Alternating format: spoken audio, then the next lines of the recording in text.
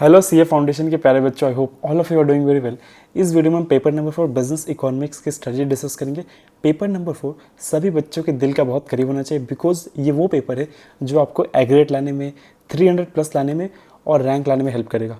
इस पेपर में आपका टारगेट 80-85 से कम का होना ही नहीं चाहिए, because it is one of the easiest paper of CA foundation. ठीक है, अब 80-85 सर कैसे लेकर आएंगे, उसके लिए मैं हूँ ना इस वीडियो में आपको डिटेल स्ट्रैटेजी में बताऊंगा।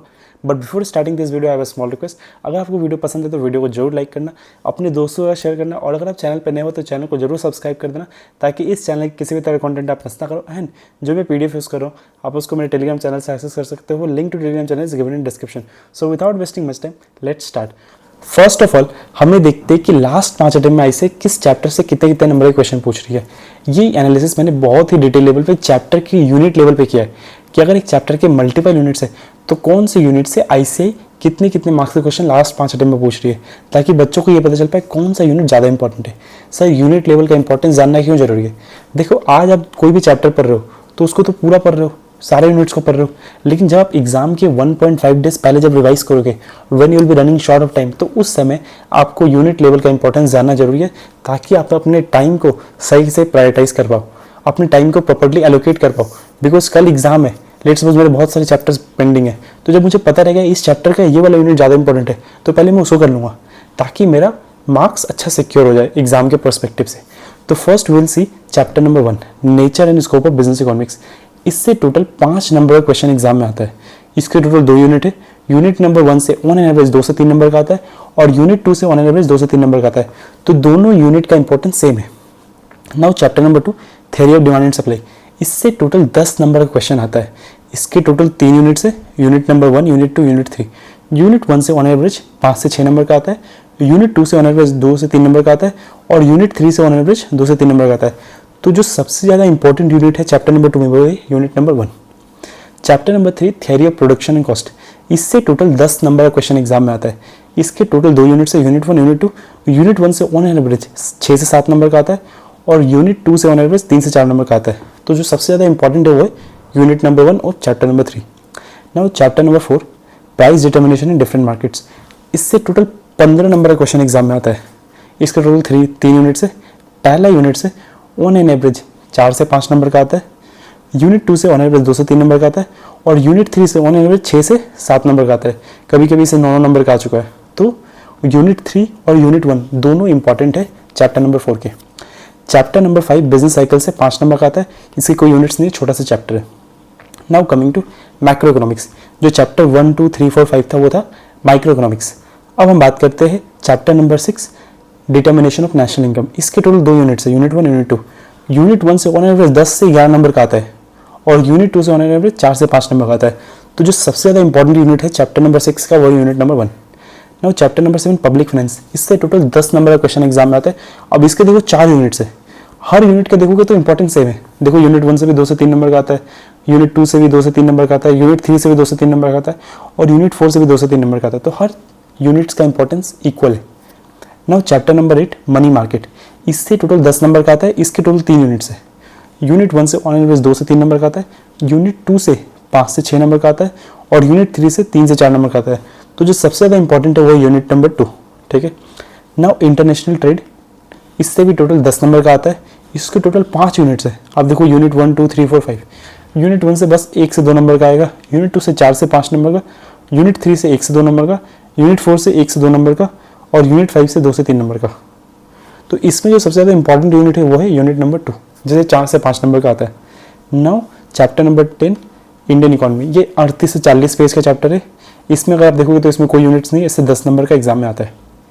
तो ये था यूनिट लेवल का एनालिसिस कि लास्ट 5 अटेम्प्ट में हर यूनिट से ऐसे किस किस यूनिट से कितने कितने मार्क्स के क्वेश्चन पूछ रही है।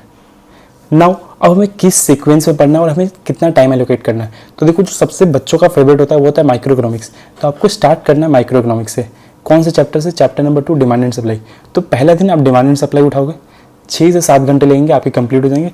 उसके बाद आपको क्या करना है? Introduction to business economics chapter number 1 उठाना है। तो आपका एक दिन में आपका 15 नंबर कवर हो जाएगा। इंट्रोडक्शन टू बिजनेस इकोनॉमिक्स छोटा सा चैप्टर है, 2-2.5 घंटे में कंप्लीट हो जाएगा। उसके बाद आपको डे 2 में क्या करना है? प्रोडक्शन एंड कॉस्ट करना है। थोड़ा बड़ा चैप्टर है, 6 से 7 घंटे में हो जाएगा। फिर आपको बिजनेस साइकिल करना है, 2 से 3 घंटे में हो जाएगा। नाउ डे 3 आपको करना है प्राइस डिटर्मिनेशन। थोड़ा सा बड़ा चैप्टर है, पूरा दिन हो सकता है प्राइस डिटर्मिनेशन में लग जाए। और अगर आपका थोड़ा टाइम बचा 1-2 घंटा, तो आप माइक्रो इकोनॉमिक्स से स्टार्ट कर लेना। और अगर डे 3 पूरा प्राइस डिटर्मिनेशन में चला गया, तो आप डे 4 नेशनल इनकम स्टार्ट कर लो। नेशनल इनकम बड़ा चैप्टर है, डे 4 मोस्टली पूरा नेशनल इनकम में चला जाएगा।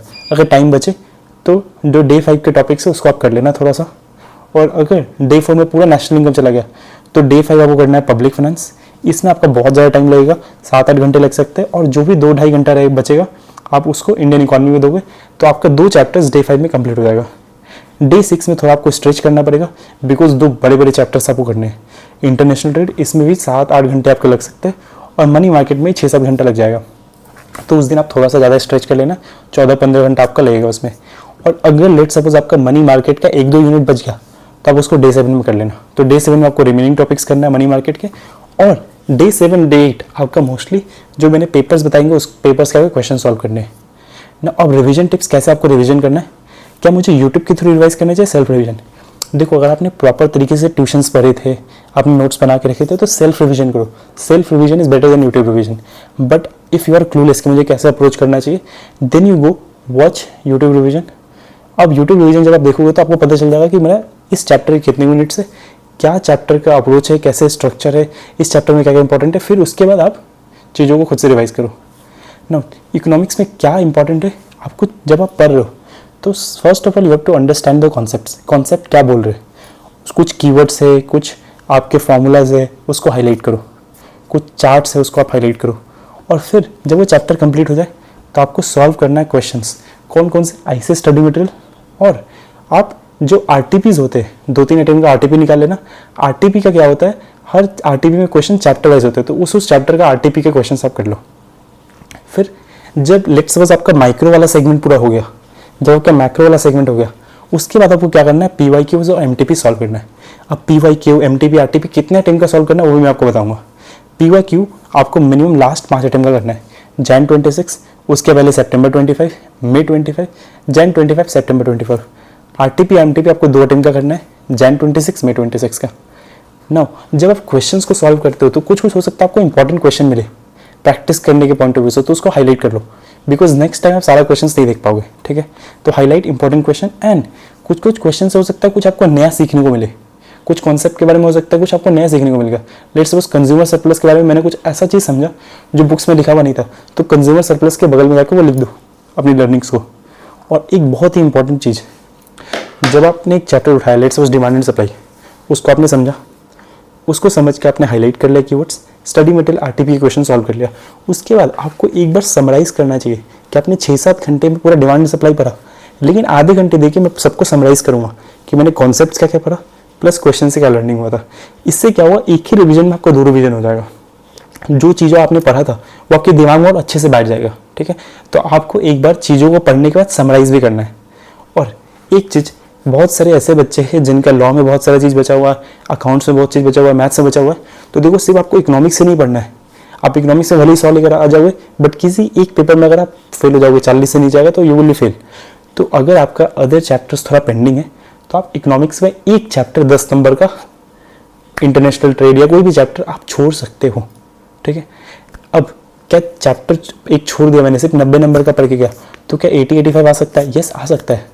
लास्ट अटेम्प्ट में एक बच्चा था स्वामीनाथन, उसके साथ मैंने इंटरव्यू लिया था, उसका वीडियो भी मैं यूट्यूब चैनल पर डाला हुआ हूँ, उसका लिंक मैं डिस्क्रिप्शन में डाल दूंगा, आप उसमें देख लेना। उस बच्चे ने एक चैप्टर इंटरनेशनल ट्रेड अच्छे से नहीं पढ़ा था, उसके बाद भी उसने 90 क्वेश्चन अटेम्प्ट किए थे एग्जाम में और उसके 90 मार्क्स है।